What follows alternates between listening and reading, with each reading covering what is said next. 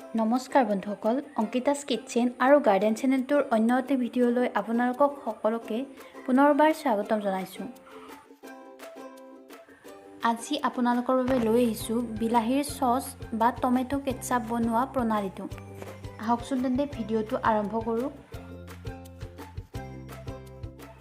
আৰু বিলাহীৰ চচ বনাবলৈ মই বিলাহী প্ৰায় 2 কেজি লৈছোঁ, নহৰু 14ৰ পৰা 15 ফুটা, আদা 1.5 ইঞ্চিমান, শুকান জলকীয়াৰ গুড়ি 1 টেবুল চামুচ, শুকান জলকীয়া 4টা, 1 কাপ চেনি, ভিনেগাৰ আধা কাপ আৰু নিমখ সোৱাদ অনুসৰি দিব, লগতে দিছোঁ পানী আধা কাপ। এতিয়া যিহেতু বিলাহীৰ বতৰ আৰু প্ৰায় সকলোৰে ঘৰতে বিলাহী আছে আৰু আমাৰ ঘৰতো যথেষ্টখিনি বিলাহী আছিল, গতিকে বিলাহীখিনি কেনেদৰে সংৰক্ষণ কৰিব পাৰি তাকে ভাবি মই বিলাহীৰ চচটো বনাবলৈ লৈছিলোঁ।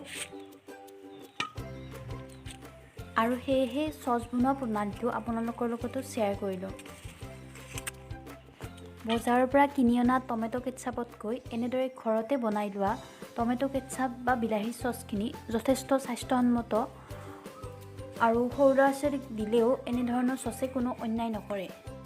গছৰ পৰা ছিঙি আনোতে বিলাহীখিনি একেবাৰে পকি নাছিলে, সেয়েহে মই ছিঙি আনি 3 দিন ঘৰত ৰাখি থৈছোঁ যাতে ভালদৰে পকি উঠে।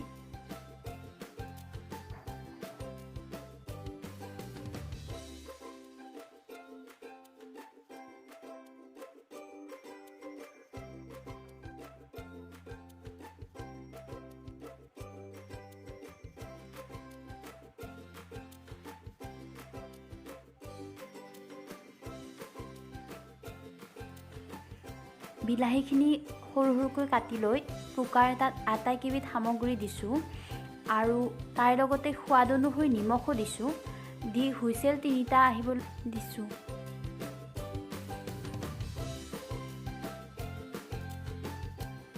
একেবাৰে সহজ ৰেচিপি।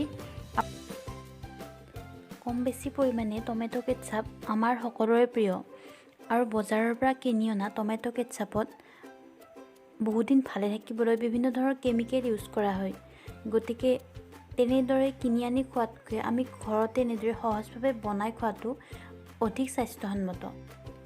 বিলাহীখিনি কুকাৰত দি মই 3টা হুইচেল আহিবলৈ দিছিলোঁ আৰু হুইচেল অহাৰ পিছত প্ৰায় 2 ঘণ্টামান সময় ঠাণ্ডা হ'বলৈ দিছোঁ। বিলাহীখিনি ঠাণ্ডা হোৱাৰ পাছত মিক্সাৰ গ্ৰাইণ্ডাৰত মই গ্ৰাইণ্ডিং হ'বলৈ দি এনেদৰে চেকনিখনেৰে চেকি লৈছোঁ।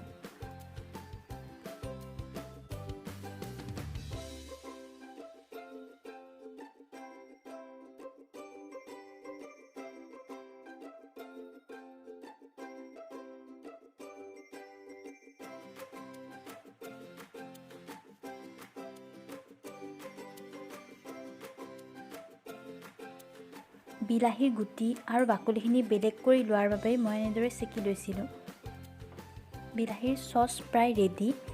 যিখিনি অতিৰিক্ত পানী আছে সেইখিনি মই শুহিবৰ বাবে প্ৰায় 10 মিনিট সময় পুনৰ গেছত উতলিবলৈ দিম আৰু উতলি ঠাণ্ডা হোৱাৰ পাছত মই বটল এটাত ভৰাই থ'ম। এনেদৰে প্ৰস্তুত কৰা বিলাহীৰ চচ যদিহে ফ্ৰিজ আছে তেন্তে প্ৰায় এমাহ ধৰি ব্যৱহাৰ কৰিব পাৰিব আৰু যদিহে ফ্ৰিজ নাই তেন্তে 15ৰ পৰা 20 দিন ব্যৱহাৰ কৰিব পাৰিব।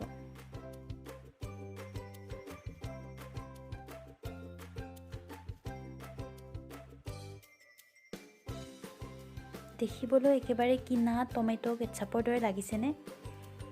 জলকীয়া গুড়ি ব্যৱহাৰ কৰাৰ বাবে ৰংটো খুব ধুনীয়া হৈছে আৰু আপোনালোকে এনেদৰে বনাই চাব। আৰু যদিহে ভিডিঅ'টো ভাল লাগিছে তেন্তে লাইক কৰিবলৈ নাপাহৰিব, কমেণ্ট কৰি জনাব আৰু ভিডিঅ'টো আপোনালোকৰ ফ্ৰেণ্ডছ আৰু ফেমিলি মেম্বাৰৰ লগতো শ্বেয়াৰ কৰিব। ধন্যবাদ।